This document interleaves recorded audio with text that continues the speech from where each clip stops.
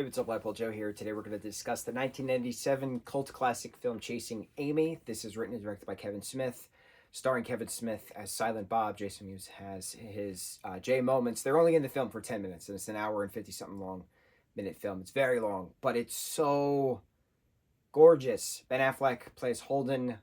You have Jason Lee, who plays Banky. You have Joey Lauren Adams, who plays Alyssa in this. At the time, Joey was dating Kevin at the time. They're not together presently, but at the time they were dating. So it's just great having the same actors from past projects doing another film together again. All three of them, the main three of them, Ben, Jason, and Joey, were all in Mallrats together. And then Joey and Jason were in Drawing Flies together.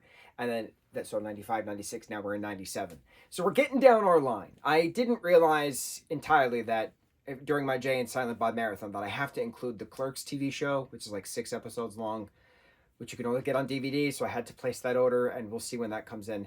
And there was a few episodes of Jay and Silent Bob in Degrassi.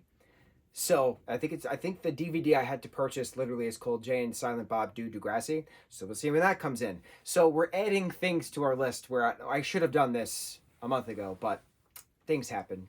C'est la vie. So now that we're focused, we're discussing. This is an incredible film because it challenges the conversations of love. It challenges the conversations of gender, challenges the conversations of sexuality. And this came out in 97. This is well beyond its years in regards to correcting phrases. We're using some gay slurs at some point, but then we're having conversations. We shouldn't be gay bashing. We're having conversations of finding your likes, finding your interests, trying one thing, leading towards another thing where you might like that instead.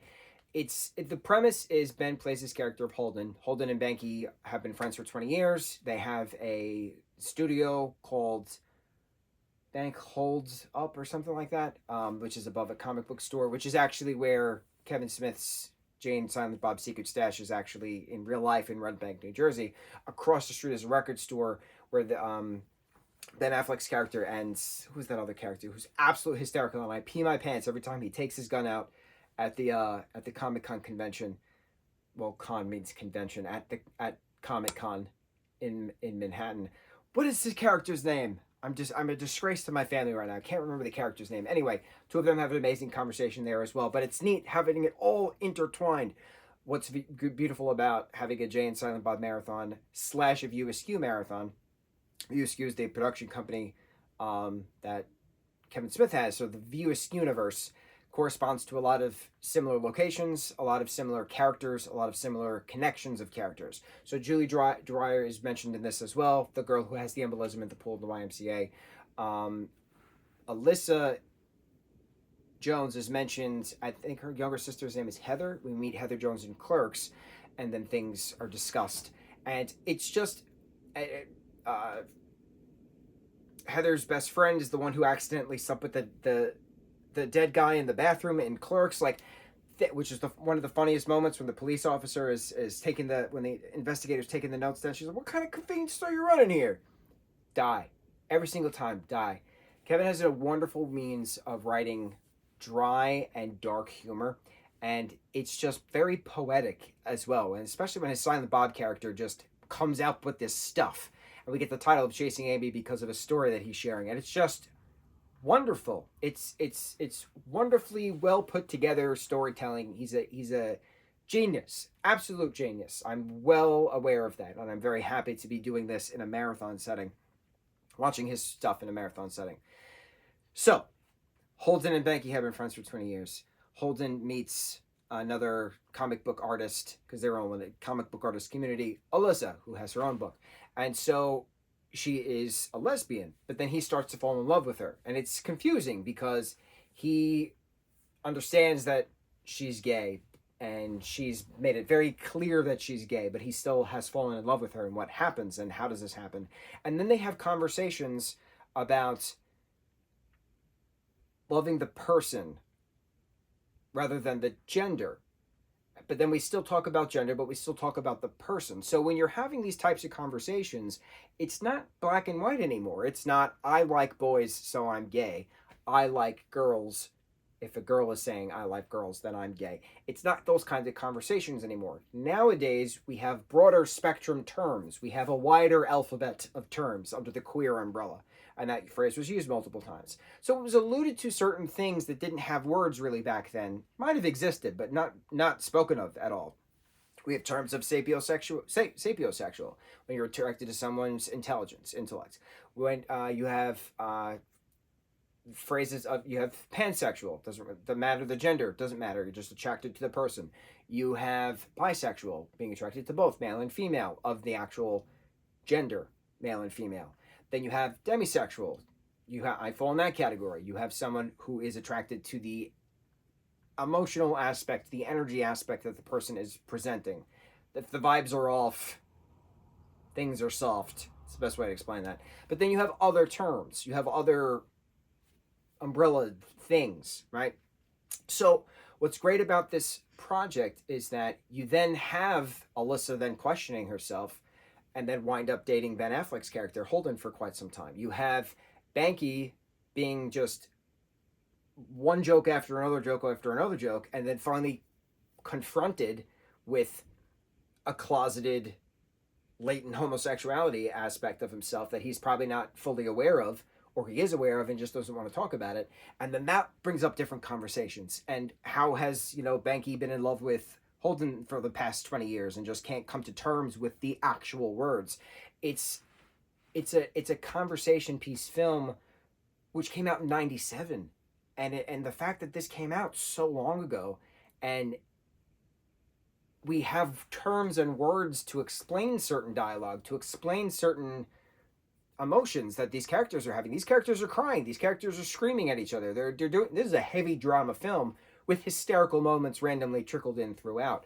But it's a great conversation piece, because just because one thing is deemed one thing, just because society has deemed something one thing, doesn't mean it's going to stay that way. Doesn't mean it has to stay that way.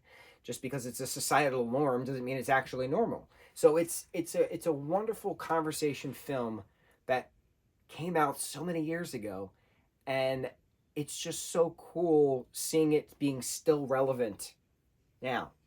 And then people can still talk about it and say, wow, I have experienced things like that. I thought I was thinking one way, but something else could happen, and maybe I don't want to limit my options. It's a very interesting conversation piece. It also brings into the topic of no as an answer.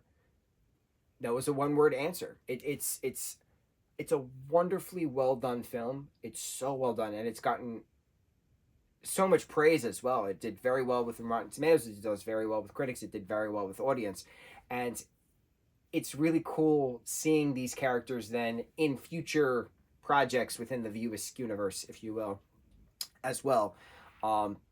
It's cool then having certain things mentioned as they do with all the View Askew universe characters. I don't even mind that it's almost 2 hours, because it's so captivating. You're just like, okay, is Banky, what's gonna happen? Like Holden and Banky kiss at one point. You're like, oh my god, this actually happened. And Alyssa is kissing one girl after another, and you're like, oh my god, this actually happened. Fun fact: Jason Lee, his then wife, whose name I don't know, is the girlfriend who plays the girlfriend of Alyssa in the first club scene that she's like heavily making out with, and Alyssa was the girlfriend of Kevin Smith at the time. So the director's girlfriend is making out with the actor's wife in that one scene. It's just mind-blowing how it all interconnects together. It's wonderful. Also, like when Jason's character was like pulled out of the club scene, the trivia fact is that's actually Kevin Smith's arm pulling him out, not actually Ben Affleck's arm pulling him out, thinking it's Holden, but it's not. I like that kind of stuff. I like that trivia stuff. It's fun. Another thing which I didn't realize is, within questioning, my own sexuality over the years and things of that nature, I did not notice, or I did notice, so I'm actually realizing this now, how attractive Jason Lee was, who is my type of attractedness. Jason Lee is in those 90s films. had no idea, or I did notice and I just didn't put two and two together because I didn't have the words for it at that point when I was younger. But now that I'm old, I have the words. Bro, bro, gotta, you know, pipe the shirt a bit. It's getting hot in here. Um, it's interesting when you're watching these types of things, and like certain things that you've like noticed come together, and that's the point of this kind of project. So it's funny how one of those art imitates life's kind of a bit. It's very well done. I will never get tired of seeing this film, and I really want to get some Bluntman and Chronic comics, because I think Kevin Smith wrote the first three issues of the comic, which was then produced by Image Comics, I think. And that's the comic that Holden and Banky are the creators and drawing and inkers are for this particular storyline. It's such a great film. It's such a great conversation film. Such a great what if. It's such a great, just because something is one way doesn't mean it has to stay that way. Things can change. Things are supposed to change. Things can change if they want. Things can change if they don't want. It's a wonderful freaking project. Snoochie Boochies for everybody. I wish there was more Jay and Silent Bob, obviously, but it's just because we get a scene of them in a diner with Holden, who gives them money because of they've been used, their likeness has been used as the Bluntman and Chronic comic book heroes, and that's the premise of Jay and Silent Bob Strike Back and Jay and Silent Bob's reboot, and we get a bunch of other stuff from the Clark's films as well. It's a wonderful View Askew diverse, along with other Jay and Silent Bob stuff, but we're just matching it all together. One massive Jay and Silent Bob marathon. I'm very happy we do this. This is such a wonderful franchise. It's such a wonderfully warm blanketed hug for the queer community in general, especially this film, especially that this came out in 97. It's brings so many wonderful conversations. And bro, that Star Wars conversation in the very beginning, I will never get tired of watching that scene. Absolutely hysterical scene. 1997, Chasing Amy, incredible film. On to the next review. Mahalo.